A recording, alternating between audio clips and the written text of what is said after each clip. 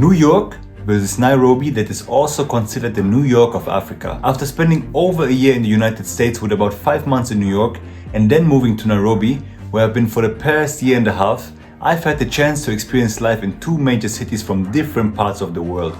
Today, I want to share my personal experiences living in both cities and compare various aspects of life here, giving you a clearer picture of what it's like in each place. Welcome to my channel, my name is Marvin, and today I'm sharing the experiences I made living in New York compared to living in Nairobi. I've been traveling around the African continent since I moved here almost 2 years ago, and want to show you how life on the continent is, so that you can get a clearer picture of the motherland. Because trust me, it's totally different from what the Western media wants you to believe. So then let's start comparing New York and Nairobi with the cost of living. In New York, your rent can easily exceed $2,000 for a small apartment that feels more like a shoebox than a home. In Nairobi, I pay less than $900 for a spacious 5-bedroom house in one of the city's most expensive neighborhoods. I even have a big garden that grows avocados, bananas, and many more fruits, vegetables, and herbs. And that is something unimaginable in New York City. You can also find a nice 1-bedroom apartment starting from $300 in a decent area of Nairobi. When it comes to grocery shopping in New York, I've often felt like I was breaking the bank. Spending $100 on a small cart of groceries was normal. In Nairobi, groceries are way cheaper, especially if you buy locally produced goods. Going out in New York can also be very pricey. A simple night out with dinner and drinks could easily cost $50 or much more. In Nairobi, I can enjoy dining out regularly at very nice places and do various activities for a fraction of that cost. I can spend $10 to $15 on a nice meal in a fancy restaurant, or around $5 in a decent location. And just to give you another comparison, when I thought of taking an Uber in New York when I missed the subway, I could spend easily $50 or more depending where you want to go. And in Nairobi, you can take an Uber starting from as little as $1, and even for a 30-minute drive, it will only cost you around $10. So overall, I spend a maximum of $1,000 per month in Nairobi while maintaining a high quality of life. This is already less than rent alone in New York, not to mention groceries, going out, and other expenses. In New York, to have the same standard of living, you will spend around $5,000 a month. Then beyond the cost of living, lifestyle is another very important aspect of life in both places. New York has the advantage of being close to the beach, but you can only use it for a few months a year due to the cold winters and short summers. The city's indoor activities are definitely more enjoyable during New York's cold winter. On the other hand, Nairobi isn't directly next to the beach, but you can take a 5-hour train ride and end up at one of the most beautiful beaches in the world, connected to the Indian Ocean. The beaches are as stunning as those in Zanzibar, with rich local culture, and you can enjoy them all year long. Nairobi also offers lifestyle benefits if you love spending time in nature like I do. Did you know it's the only city in the world with a safari park right next to it? You can go on a safari over the weekend and see animals you'd only see in documentaries if you were in New York. I even met a travel group from New York who came all the way to Kenya just for a safari. Nairobi also has beautiful natural escapes like forests right in the city with waterfalls. There are hiking trails where you can go after work or on the weekends to clear your mind from a busy week. Plus, many nice restaurants with amazing food and good vibes. Often there's live music, saxophone players, and many more things to enjoy throughout the week. But let's be honest, New York's restaurant scene is unmatched. With a huge variety of cuisines from all over the world, it also has a vibrant urban environment with a thriving creative scene, hosting endless events, museums, festivals, and so much more. The Central Park is also a great escape in the middle of the city where you can relax if you're tired of the concrete jungle. However, the main issue with New York compared to Nairobi is the weather, which makes most outdoor activities only enjoyable during the summer. Nairobi's blend of nature, city life, and generally pleasant weather most of the year offers a different kind of charm. For me personally, because of the lower cost of living, the beautiful natural environment, and great weather, I prefer living in Nairobi over New York City. Quality of food is something that is as important as lifestyle. We all know that food in America isn't the healthiest in the world. There have been many scandals about the food industry and its connection to genetic modifications that are driven by companies trying to make people more addicted to their products. Unfortunately, this leads to long-term health problems. The overall food experience here is more natural, and it's something I've come to deeply appreciate. One major concern for many people considering visiting or moving to Nairobi is safety. Before moving here, I was very aware of the potential that Kenya could be unsafe. But after nearly 2 years of living in Nairobi, I can say that the situation isn't as bad as people think. Of course, there are unsafe areas just like in any other major city, but if you know where to go and which places to avoid, Nairobi is actually quite safe. Another good thing about Nairobi and Kenya in general is that you do not have to carry around any cash.